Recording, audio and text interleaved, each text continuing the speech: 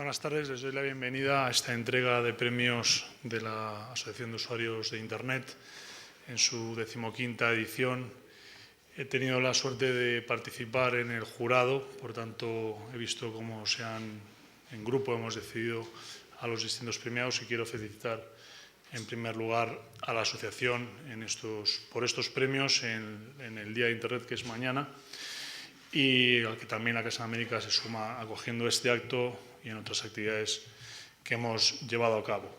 Entre ellas, por ejemplo, hace 2 días tuvimos un encuentro sobre la red, del papel a la red y viceversa, es decir, cómo están cambiando los medios de comunicación, y tuvimos la ocasión de contar con expertos, con escritores, y únicamente les querría compartir con ustedes una idea, y es que la Casa de América es una sede física, como pueden ver, un edificio decimonónico, pero tenemos una sede virtual y pondré solo un ejemplo.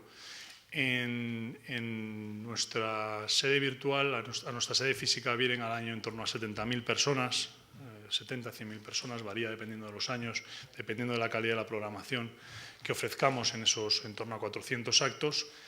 Y en nuestros vídeos de YouTube, en nuestro canal de YouTube, 1 millón de personas visualizan las actividades de la Casa América, con lo cual el crecimiento es exponencial entre personas que ven físicamente los actos y aquellos que los consultan por nuestro canal.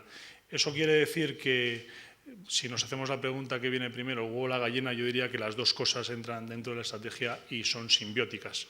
Por tanto, una casa como esta, que tiene como objetivo estrechar los lazos entre nuestro país y América y ayudar a conformar, a crear el espacio iberoamericano en sus múltiples áreas, la cultura, la economía, la política.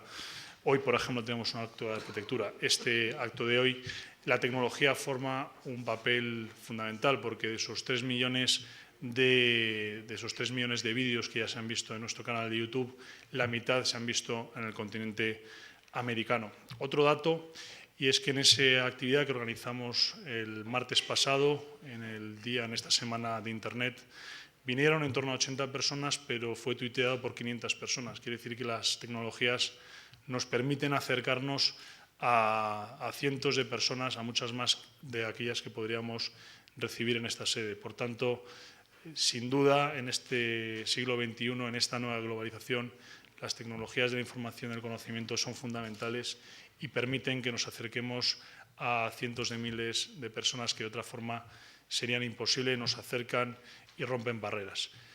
Les doy nuevamente la bienvenida a esta Casa de América, a este Día de Internet, a esta entrega de premios, y les agradezco que hayan querido compartir esta tarde con nosotros, así como a los ponentes que luego tendrán un debate interesante. Muchas gracias.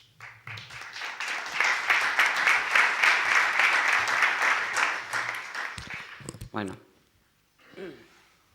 muchas gracias, director. Yo quiero agradecer también a todos los que han hecho posible esta nueva edición del Día de Internet, que son 61 organizaciones del Comité de Impulso y las empresas que han colaborado activamente, como Google, Telefónica, Phoenix, Directo, eBay, PayPal, Openbank y HP. Es verdad que estamos en vísperas mañana del Día de Internet, y luego vamos a entregar estos premios que se convocan desde hace ya 15 años, pero déjenme que les cuente solamente que para mí como periodista es un placer quitarme el mono de trabajar en la redacción después de una jornada más en la que solo oímos hablar de crisis, de recesión, de falta de acuerdos, de falta de consenso, de una crónica judicial, social tremendamente dura. Bueno, pues es un placer estar en un foro en el que sentimos, me da la impresión que compartimos todos, la sensación de que Internet viene a cambiar y a mejorar, como está mejorando nuestra vida, no solamente la de los periodistas, pero también en las administraciones públicas, en la economía. Nunca se había visto tantos emprendedores poder hacer y poder aplicar toda su energía y creatividad a lo que está ocurriendo, pero también en el mundo del activismo, por supuesto, de las administraciones públicas. Hay una conciencia de que somos una generación que está viviendo una transformación sin precedentes, y de eso vamos a charlar. Yo os recuerdo, si me permitís que os tutee a todos, que se puede tuitear con toda tranquilidad con el hashtag Día de Internet a partir de ya mismo el acto. De los premios hablaremos después, pero ahora nos gustaría iniciar un mínimo debate con las personas que nos acompañan para ver de qué manera está cambiando, de qué manera las iniciativas en Internet pueden acercarnos, por ejemplo, al mundo de la cultura. De eso lo sabe muy bien José María Peridis, que es arquitecto, viñetista, dibujante y además un auténtico emprendedor y movilizador, no solamente en el mundo de la cultura. Pocos como Peridis sienten y viven y transmiten el románico, pero además un auténtico agitador social con distintas iniciativas que está llevando a cabo en Internet, además de esa transmisión de la cultura que pocos como él han entendido, que no solamente los libros o la radio, los medios de comunicación tienen también su extensión a través de la red. Así que te voy a pasar, José María, el micro directamente y luego yo creo que conseguiremos otro. Y me gustaría que nos contaras un poco desde ahí mismo. ¿Cuál es tu experiencia? Hombre, que es una herramienta estupenda. Yo recuerdo que cuando salió El País iba a la redacción porque aquello era estar donde se cocían las cosas. Tenía lo que se llama ahora lo presencial. Tenía mi presencia, iba por la redacción, llevaba galletas para granjearme. Los periodistas siempre han pasado hambre. Y entonces había algunos que les daba por la bebida. Y yo digo, ya que beben, que tomen algo. Y iba muy a menudo a mi pueblo, pues a la restauración del monasterio y siempre volvía con galletas. Y así me garanticé un espacio en El País. O sea, que los que queráis ser periodistas, llevar algo a las redacciones. Que nos den de comer. Porque probablemente os encontréis con un ERE. Y bueno, pues hacía allí la tira, estaba en la redacción, inmerso en la tinta y en el olor en el olor del periódico y en la pasión que había. Bueno, ya pasó un cierto tiempo y me enteré que podía hacer la tira en casa, iba el motorista. Yo la idea que tenía que cuando iba el motorista a casa era en la época de Franco, que mandaba al motorista para cesar a los ministros, ¿no? Ahora les cesan los periódicos, empiezan a hablar más de él, las encuestas y al final le quitan. Entonces era Franco, ¿no? Franco pues mandaba al motorista. Recuerdo una vez Ruy Jiménez que oía rumores de que le iban a cesar y habló con Franco y le dijo, Excelencia, me van a cesar. Dice, tenga cuidado Joaquín, que vienen a por nosotros. Y al día siguiente le mandó el motorista. Entonces, bueno, me mandaban el motorista, yo estaba encantado, vivía en Pozuelo, cerca de Forges. Fíjate, vivir cerca de Forges en aquellos años. Y venía un motorista del País que se parecía a Suárez. Más bajito, ¿no? Y más joven, pero se parecía a Suárez, sobre todo en la caricatura. Y en la organización, pues la gente soltaba a los perros. Era peatonal, pero había perros sueltos. Aparte de los perros que vivíamos allí, había perros sueltos. Y había uno de la familia Aguirre. Esto lo cuento porque luego van a ponerse muy serios y vamos a poner la guinda. Y entonces el perro se llamaba Tasma, pero era como el león de la metro, o sea, como diría Gila, que se le ve que come, ¿no? Y yo no sé si porque olía que era del País el que venía, el motorista, o porque se parecía a Suárez. Total, que al principio le ladraba. Luego hacía ademán de morderle. Y al tercer día, o al cuarto o al quinto, pues el motorista saltó a la piscina, a la valla de la piscina, porque es que se le comía el perro. Y yo le dije, eso es porque te pareces a Suárez. Y él dice, pues ya no vuelvo. Y entonces tuve que ir a dejar todos los días la tira al kiosco de periódico. Y venía el motorista al kiosco y salvaba su integridad física y yo pues cobraba a fin de mes. Y me enfadé mucho con aquella familia. Y luego vino el FAS, que ya lo ponías en casa, metías ahí, chacha. Era en blanco y negro, ¿eh? Y al periódico, al día siguiente lo veías y era fantástico, en fax. Y luego empezaron a hablar del correo electrónico y de Internet. Y dije yo, ahora ni Tasma, ni fax, ni nada, ¿no? Y entonces, bueno, pues cogía yo el ordenador, el escáner, hacía la tira en blanco y negro, chacha. Daba al País y llegaba. Y al día siguiente, oye, se transmitía por Internet un dibujo.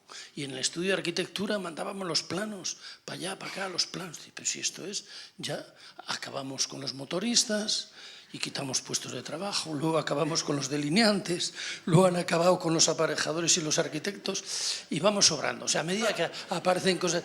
Entonces, ahora luego salió El País, me dijeron, hazlo en color. Y mis hijos, esto me enseñan mis hijos todo. A mí el Internet y el ordenador se me atranca. Yo sabía escribir a máquina en un Underwood y lo que he visto siempre que el ordenador es la mejor máquina de escribir que hay. Luego lo mandas y te quita los carteros y muchas cosas, ¿no? Y bueno, pues dije, no, hay que hacerlo en color. Photoshop, pim, pam, color, y sale en color.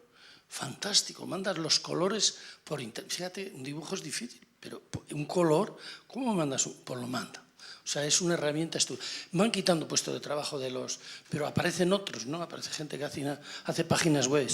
Y bueno, que a mí me parece que es una herramienta extraordinaria. Yo me hago una pregunta. Internet tiene que tener perro también. ¿Dónde está el perro? Yo lo que quiero que me contestéis algunos, sobre todo el público, ¿dónde está el perro de Internet? Porque no me creo que una cosa tan buena no tenga perro. Tiene que haber un perro, ¿no? Y bueno, desde la fundación nuestra hemos utilizado, está el románico en Internet, todas las iglesias. Primero hay que hacer el trabajo de campo, ¿eh? O sea, a Internet trabaja solo. Yo la tira no la tengo que hacer yo. Pero quieres decir que si yo tengo curiosidad por conocer los capiteles, me estabas contando de una zona específica, yo... Tú entro en esto vuestra es página. el momento de publicidad, ¿eh? En Románico Digital, Fundación Santa María la Real, Románico Digital, entráis y están ahora el trabajo de campo se está acabando, todos los monumentos de España.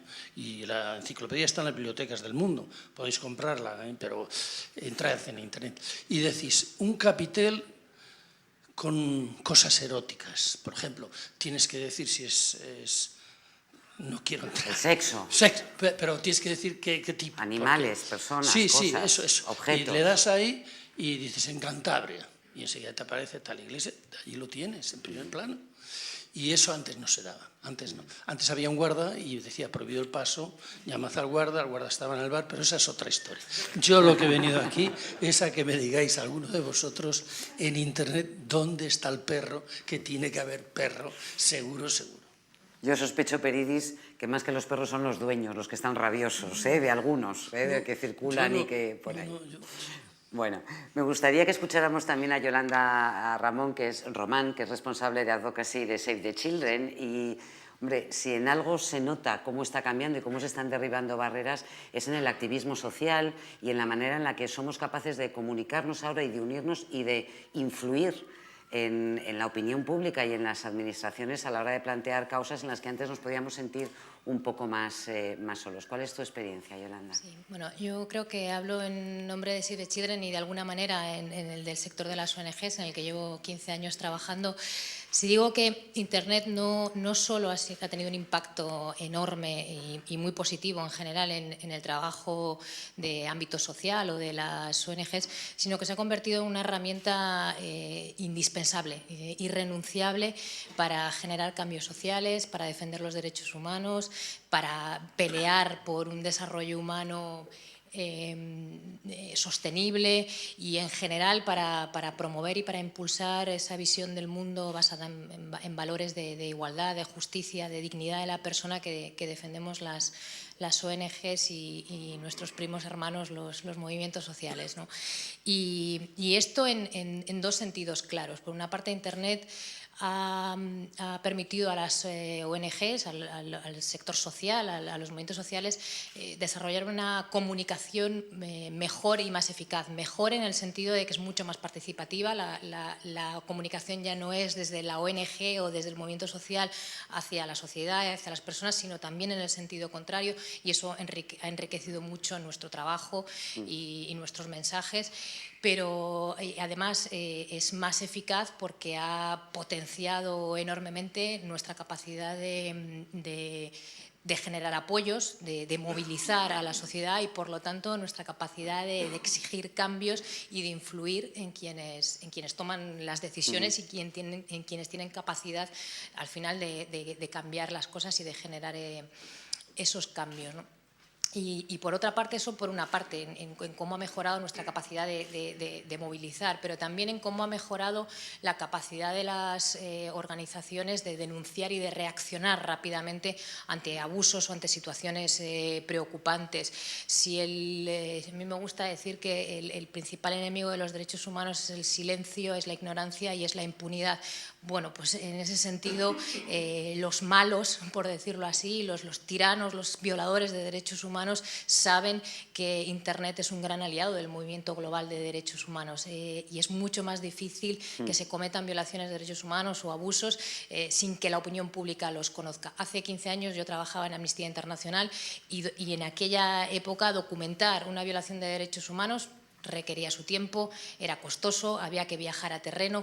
Hoy, en cuestión de 2 minutos, tenemos documentos audiovisuales que demuestran que se está cometiendo una violación de derechos humanos y se puede reaccionar muy rápidamente. Esto ha generado un cambio enorme en ese sentido, ¿no? Y Internet es un gran aliado en ese sentido. No todo es bueno, también es importante decirlo y decía Peridis, ¿cuál es el perro? Bueno, pues por ejemplo en Save the Children, como organización que defiende los derechos de la infancia, también nos hemos encontrado en Internet en las últimas décadas con riesgos y con retos muy importantes para los derechos humanos en general y para los derechos de la infancia en concreto. Hay muchas formas de violencia contra la infancia que se ejercen en y desde Internet y a través de la red. Nosotros defendemos clarísimamente que Internet es una herramienta buena para la educación de los niños, para el desarrollo personal de los niños y de las niñas, pero también es cierto que hay una serie de riesgos y de violaciones de los derechos de los niños y de las niñas que se cometen en Internet. Algunos propios de Internet, que nacen con Internet, ¿no? Como el ciberbullying, el grooming, el sexting y una serie de fenómenos nuevos, relativamente nuevos, que ponen a los niños en riesgo y en peligro. Y otros que son antiguos, pero que con Internet se han potenciado, se han magnificado, como la pornografía infantil, por ejemplo, ¿no? Save the Children desarrolla proyectos y acciones tanto para fomentar un uso responsable y seguro de Internet por parte de los niños y de las niñas, pero también para combatir formas gravísimas de violencia contra la infancia, como esas que he dicho, ciberbullying o la pornografía infantil. Y concluyo diciendo que el título de este evento, de este coloquio, es Internet como motor del cambio. Yo creo que el reto importante que tiene Internet, es garantizar que esa herramienta es de verdad una herramienta para el cambio, ¿no? Como lo estamos utilizando y como lo estamos reivindicando hoy. Y para eso tenemos que garantizar que es una herramienta al servicio de las personas, porque el motor del cambio no es Internet, el motor del cambio son las personas, claro. Las personas que promueven esos cambios, que creen en esos cambios y que hacen realidad esos cambios. Y al hilo de una de las cosas que has comentado, Yolanda, es preocupante cómo los malos también aprenden rápidamente a controlar Internet. De hecho, hay muchísimos países en los que hay auténticos ejércitos de toda una organización y estructura para controlar, para vigilar y para evitar que todo eso que provoca el trabajo en redes, el contacto, la libertad que nos ofrece la red quede coartado para que no moleste al gobierno, a las tiranías, a las instituciones. Luego quizá podemos hablar un poco de ello. Bueno, nos interesa mucho también el punto de vista de la administración, y Borja Atsuara, director de Red.es, conoce muy bien cuáles son los retos a los que se enfrenta una administración pública y su relación con los ciudadanos a través de Internet. Yo no sabía, pero es curioso porque Borja se define en su perfil de LinkedIn primero como internauta, mucho antes que por su cargo de director general o como profesor, que también lo es. Y estamos viviendo un momento fascinante, además con una ley de transparencia que, si finalmente se aprueba, va a traer unos cambios fundamentales y que de alguna manera está enrocado también en cómo nos relacionamos con la red y en cómo las administraciones se van a relacionar con los ciudadanos a través de la red. Borja. Sí, yo, aunque cueste creerlo, no nací siendo director general. Yo era antes profesor en la universidad. Pero tampoco internauta. Pero sí hemos tenido la suerte, yo creo, esta generación, de asistir a un momento histórico que es el surgimiento de Internet, ¿no? Y pues yo personalmente tuve la suerte, además conectándome con Rediris, de ser de los primeros que tenían una conexión decente en aquella época.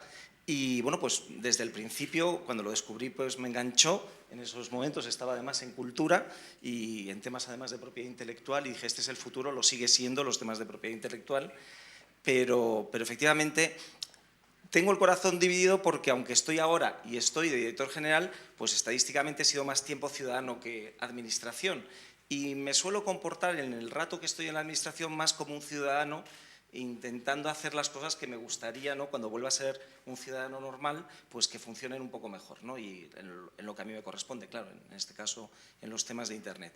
Pero en el impacto, que era el título que me habían propuesto, ¿no?, para mi ponencia, ¿no?, mi mini ponencia, de cómo ha influido Internet en las relaciones de los ciudadanos con las administraciones públicas, lo primero que pensamos es el concepto este de administración electrónica, que es verdad, y así surgió, pero creo que se ha ido superando, se ha ido ampliando, y a mí me gustaría hablar de otros dos conceptos, y solo voy a hablar de esas tres cosas.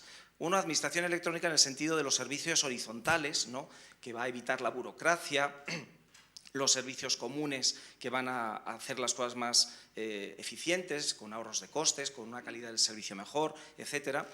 Pero luego también están, y a mí yo prefiero este otro concepto, es el del servicio público electrónico, por vías electrónicas, pero que es ya servicios verticales, como puede ser la educación, la sanidad, la justicia, el urbanismo, cultura. Son servicios públicos que presta la administración y que ya no son simplemente burocráticos, sino que van orientados al ciudadano, y yo creo que eso es muy importante. Se están haciendo muchas cosas desde los ministerios, nosotros apoyamos en bastantes líneas,